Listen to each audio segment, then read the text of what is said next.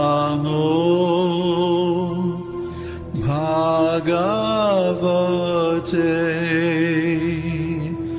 Vasudevaya.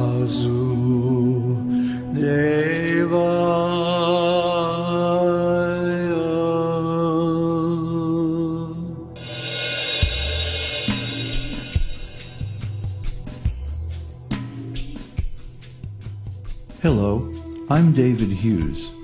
Welcome to Your Perfect Body, the podcast of the Esoteric Teaching community. Today's selection is an essay entitled, There Is No Death, Part 2. Yesterday we were discussing the eternal individuality of the soul, and that although this knowledge is acintya, inconceivable, we can understand it by our human reasoning. There are many subjects in the esoteric teaching that are acintya, or beyond human conception.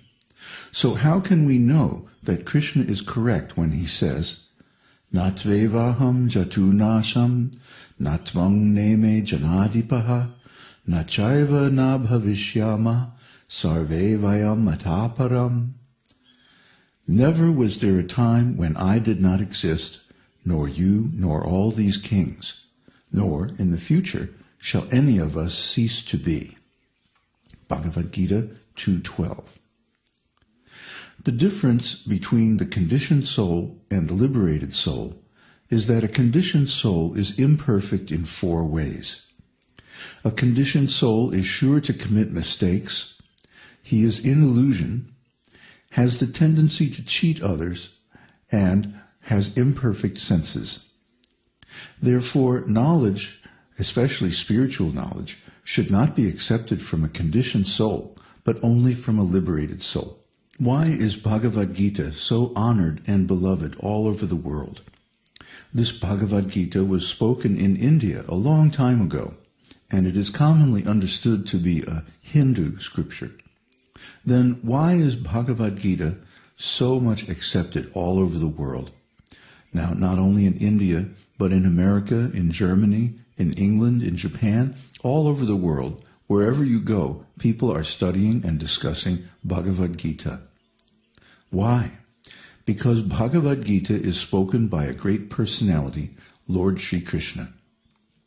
We students of the esoteric teaching, Indians and Hindus, may accept Kṛṣṇa as the Supreme Personality of Godhead, but others, even not accepting him as the Supreme Personality of Godhead, accept that at least he was a great personality, a great authority. Therefore, besides the Indian community, many others are also consulting the spiritual knowledge of Bhagavad-gītā. Now the point is that when such a great personality speaks, everyone, not only Indians, but scholars all over the world, accept him as an authority. Of course, we accept Kṛṣṇa as the Supreme Personality of Godhead, so naturally we accept his version as correct. So here he says that from our practical experience, we can conclude that everyone who was an individual in the past is also an individual at present, and will continue to be an individual in the future. This is already the conclusion by our common sense human reasoning, and it is confirmed by Sri Kṛṣṇa, who is accepted as a great personality and spiritual authority by everyone, and whom we know as the Supreme Personality of Godhead. He says, "Na tu evaham jatu nasam." Don't think that I was not in existence in the past. That means I was in existence, not that just now I have become into existence as Sri Kṛṣṇa. No, I was Sri Kṛṣṇa in the past also, and I am Sri Kṛṣṇa at the present. So also yourself and also all other living entities are all individuals in the past, at the present, and in the future. Na caiva na bhavisyamah. And don't think that we shall not remain individuals in the future. Sarve vayam atah param. Sarve means we all, the plural number. Janadhipah is plural number. They are all individual souls. So the individual soul continues eternally under any condition. That is the version of the Supreme Personality of Godhead, Sri Kṛṣṇa. That is the version of the Bhagavad-gītā and the Vedas, and we should accept it without any philosophical speculation or interpretation.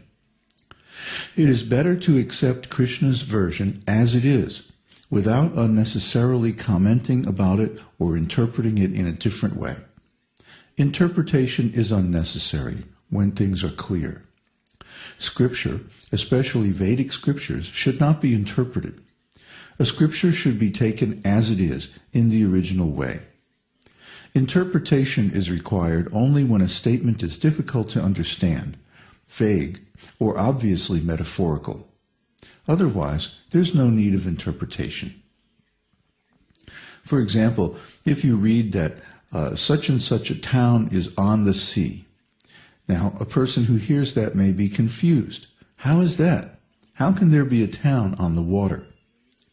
So in that case, some additional explanation or interpretation is required. The explanation is that on the sea does not mean in the water or in the midst of the sea, but on the shore of the sea. This is an example of interpretation of a vague statement. But when a statement is very clear to everyone, common sense, there's no necessity of interpretation.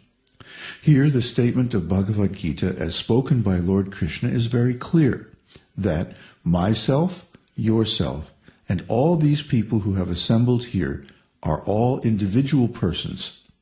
They were individual persons in the past. At present, we see that they are individual persons, and so they will continue like that. They will continue to remain individuals and persons forever. Now, I may not know, or any human being may not know what they will become in the future, but because Kṛṣṇa is God, because he is the Supreme Personality, his statement should be accepted, and that makes our knowledge perfect. Just like if a little boy asks his mother, "Who is my father?" The mother says that, "Here is your father." Now if the child says, "I don't believe you that he is my father," is it possible to convince him in any other way than the statement of the mother? Is it possible? No. The mother is the final authority on that subject. Her answer is the final conclusion. There is no need for any other interpretation. And if the child says, "I don't believe it," that's his foolishness. Similarly, knowledge which is beyond our conception, beyond the limit of our human knowledge, beyond our senses and reasoning, that should be accepted from the authority, one who knows the truth by direct experience. So here is the authority, Sri Kṛṣṇa. He's the greatest authority. His authority is accepted by scholars all over the world. In India, there are 4 different disciplic successions of authorities of the esoteric teaching. The Vaishnava school is divided into 4. The Ramanuja Sampradaya, the followers of Ramanujacharya, the Madhvacharya Sampradaya, or followers of Madhvacharya, the Nimbarka Sampradaya, who follow Nimbarka Acharya, and the Kumara Sampradaya of Vishnu Swami. Although they are 4 different lineages, their conclusion is the same. Sri Kṛṣṇa is the Supreme Personality of Godhead. And another sect is the Shankarite Sampradaya, the followers of Shankaracharya, the Mayavadi impersonalists. But even they accept Sri Kṛṣṇa and Bhagavad-gītā as authoritative. So all these 5 spiritual lineages accept Sri Kṛṣṇa as the Supreme Personality of Godhead. Although they have different theses and philosophies, their conclusion is the same. Even Sripad Shankaracharya is considered to be an impersonalist. He does not believe in the personal form of God, but still he has written in his commentary on Bhagavad-gītā, Shankara Bhashya, that Sri Kṛṣṇa is the personality of Godhead. There are other lineages, Vaishnava lineages, so they believe in Kṛṣṇa from the beginning. But even Shankaracharya, who is an impersonalist, has also clearly written that Sa Bhagavan Svayam Kṛṣṇah. Kṛṣṇa is the Supreme Personality of Godhead. And there are many evidences in many scriptures and Vedic literatures that Kṛṣṇa is the Supreme Personality of Godhead. Too many to quote here. So we will give only the principal one. In the Brahma Samhita, it is stated, Ishvara Parama Kṛṣṇa, Satchit Ananda Vigraha, Anadir Adir Govinda, Sarva Karana Karanam. Kṛṣṇa, who is known as Govinda, is the Supreme Godhead. He has an eternal, blissful, spiritual body.